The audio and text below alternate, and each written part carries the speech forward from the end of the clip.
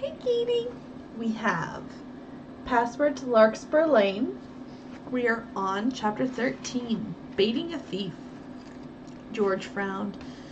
You're not going to try getting into this place now, are you?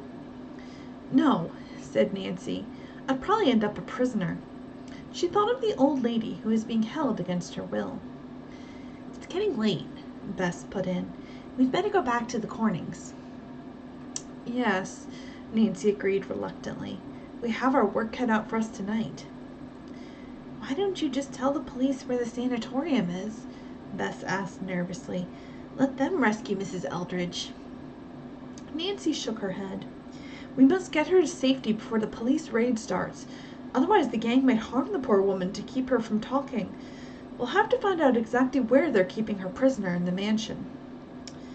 It's such a big house, Bess said gloomily. Mrs. Eldridge might be hard to find.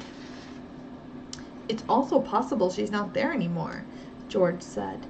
The gang knows the police are after them, and they may have moved her. When they reached the car, Nancy hid in the back again, and George drove. At the Cornings, Bess was asked to go in first and make sure Morgan was in his room. No use having him learn my secret, Nancy remarked. Thorne might get it out of him before I'm ready to have it known. Learning the coast was clear, she scooted up to her room. Mrs. Corning had dinner ready, so a tray was prepared for Nancy. The others ate in the dining room, then went upstairs. Now tell us your plan for capturing the thieves as they come, Mr. Corning urged. Nancy said, Here it is. First, remember that the Crystal Garden Room has 2 doors, one to the hall, the other to the TV room. Each has a key that's now on the inside. Her host nodded. Nancy went on. The boys will be outside. Dave will be watching in the shrubs bordering the flagstone area. Bert at the top of the patch which leads to the dock, and Ned on the garage roof. As soon as the thief, or thieves, enters the house, Ned will signal with a walkie-talkie to Mr. Dennis at the camp, and he will call the police. Meanwhile, Bert and Dave will be ready to tackle anybody watching on the outside. We girls will lock any intruders in the crystal room. But suppose they see you? Mrs. Corning asked. They won't, said Nancy. Bess and George will hide across the hall in the kitchen. I'll be in the TV room. As soon as the thieves enter, I'll lock the adjoining door. At the same time, the girls will slip across the hall and quietly lock that door. Mr. Corning asked what he and his wife should do. I suggest you go to your room as usual, Nancy replied. That will cause less suspicion. At 9 o'clock, the lights were put out on the first floor, the couple retired, and the girls took their posts. Nancy held the door to the crystal room open a crack, put the key on the outside of the lock, and watched. It seemed that she stood for ages before the other door opened. There was a click, and the light went on in the glass cabinet. Nancy gripped the key, ready to shut the door. Suddenly, she froze. Only one figure approached the cabinet. Morgan! A thief! He was carrying a large suitcase, which he put on the floor. Nancy watched, hardly daring to breathe, as he took a small tool from his pocket and picked the cabinet lock. A few minutes later, he pulled the glass door open. Then he swung back the lid of the suitcase. Nancy saw it was divided into compartments and heavily padded with velvet. A special carrying case, she thought. As the man's trembling hands reached toward a fragile crystal flower, suddenly he drew back. No, he whispered hoarsely. I can't do it. He buried his face in his hands with a sob. Nancy hurried to his side. Morgan, she said softly. The man whirled and gave a gasp. Don't be afraid, she said quickly. Let me help you. He groaned and sank into a chair beside the cabinet. How can you know all this? I know part of it, she replied. Where's the gang? You were to let them in, weren't you? The man stared at her, amazed. Yes, but Thorne changed his mind. He said I should steal the crystal flowers and deliver them in this special case he gave me. I used to be pretty good at lock-picking, he added, flushing miserably. That's how Thorne got his hold over you, didn't he? Isn't it? Asked Nancy.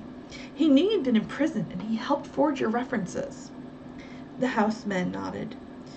I wanted to go straight, and I did. I wouldn't hurt the Cornings for anything. But Thorn, he wouldn't leave me alone. Kidnapped me. Held me on a big estate. Said Larkspur would be the signal for this theft.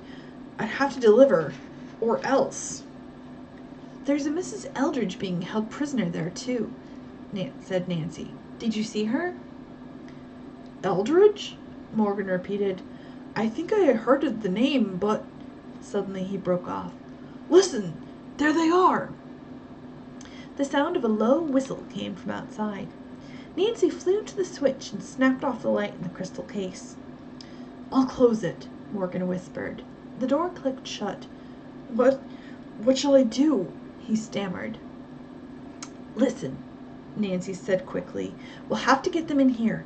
I have a trap set, but you must go out and tell the men you need help, that you're too weak to carry all the loot. They'd never believe me. I'm no good at acting. There must be some way to get them in here, Nancy declared.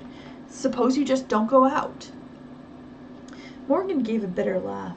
They'll go away, and then in a day or so I'll disappear and never come back. Thorn will see to that. He won't stand for any double-cross. So double-cross is like you betray someone. Like, he's saying he's working for Thorn, but he's actually turning him into the police. That's a double-cross. Nancy had an idea. Come with me. She led the way into the hall.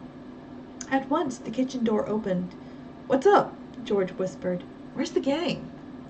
Nancy drew Morgan into the dark kitchen and explained to the girls. But I've thought of a way to lure the gang into the house, she said. If they find out I wasn't injured and I'm still working this case, they'll come after me. Bess caught her breath. You don't mean you'd let them know? Morgan will tell them, said Nancy. Bess, you stay here and George will take over the door of the TV room. I'll go out with Morgan. If they don't believe him, I'll let them see me and then run in here. That should do it. No, said the houseman. I won't let you, Miss Drew. Adam Thorne is dangerous. He will stop at nothing. It's too big a risk for you. I'm not afraid, said Nancy.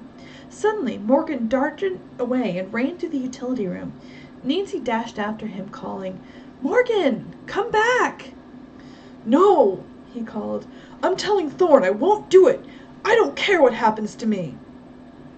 Nancy raced outside and grasped the panting man. Thorne, he called. I won't do it. Morgan, Nancy cried frantically. Come inside. An instant later, powerful hands gripped Nancy's shoulders and swung her away from the houseman. She reeled and fell backward in the darkness.